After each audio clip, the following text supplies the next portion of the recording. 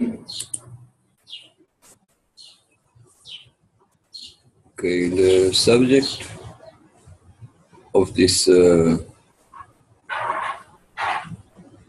is immortality, between life and the void. Yeah, immortality between life and the void.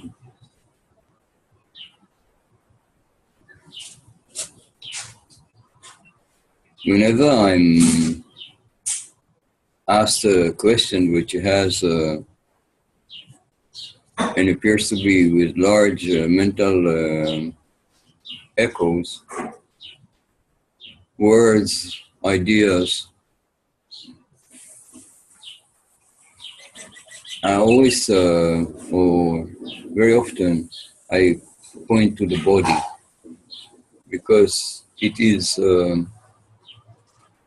essential for one to understand such ideas which echo around. To understand it, we're taking it inwardly in every sense possible. And that starts from feeling it in the body. What does this idea feel like? What does this emotion feels like? What is belief feels like? What is perception of another feels like? What is this perception of another being feels like? Now, when you look at the body, there are certain organs, if you call it, and you dwell into it and you breathe into it so that you can expand it.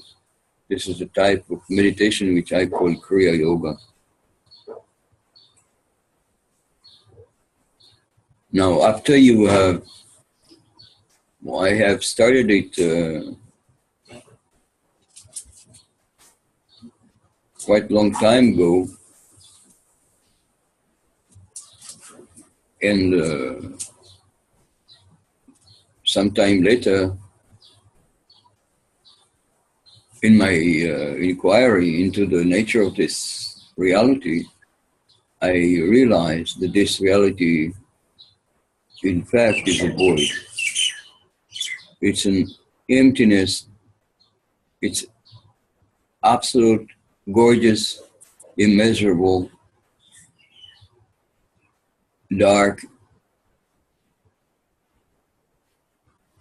emptiness, where you sit, your physical manifestation, everything that is around you is like an area that you can see, but when you look where it is manifesting, you realize that you are in fact surrounded by void, that the void is beyond you, that the void is everywhere, that the void is, if you have experienced it again and again, becomes who you are if you're not afraid of it. So then you lose your grip on your concept, on your ideas, on emotion, on your physical manifestation, creation of this spiritual material. There is a physical manifestation. All of this is lost in the void.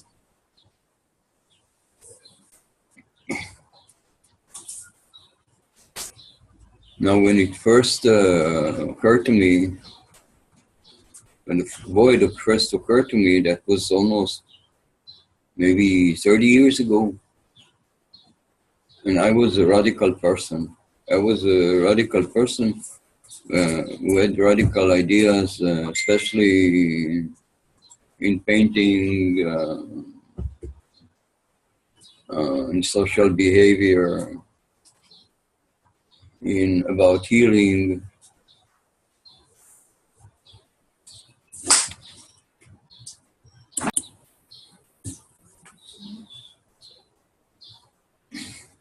And when I was thinking, was I considering in my normal life, from that perception, going retreating to the void and coming back, every time I was posting a concern or a quest or an anecdote, that the response to it, the actual useful, grounded response to it, came out of the void. So I started to rely on ideas that come to me, and I started to rely also in every aspect of my life on this relationship, relating to the void, going into the void and coming back, including my physical body. I was putting my physical body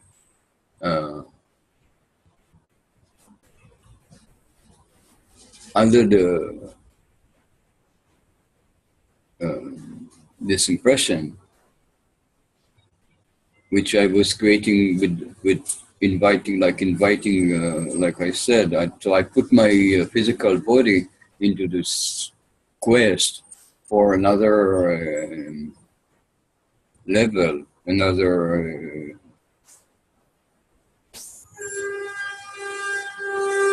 concept, another perception about life altogether.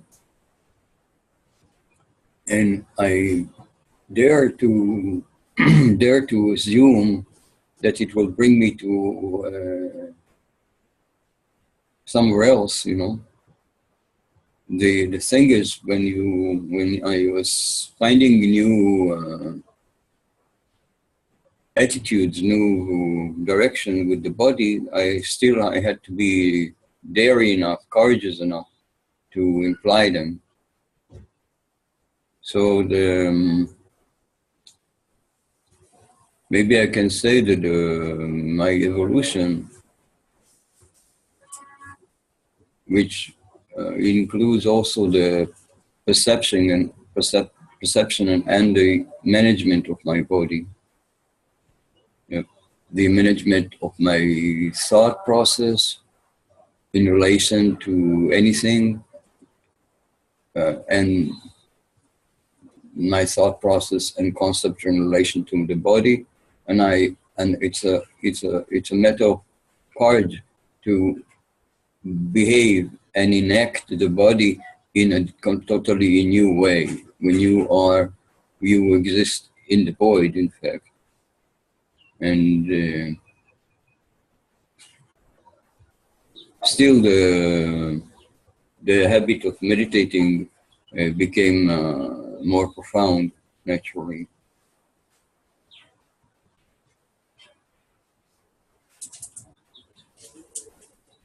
And I was talking about it. I was not keeping it a secret. I didn't make a big fuss of it. It is very hard to think that people would understand it, but maybe this assumption was premature, and you could understand it, at least understand it, and maybe be inspired to investigate and to practice along this line.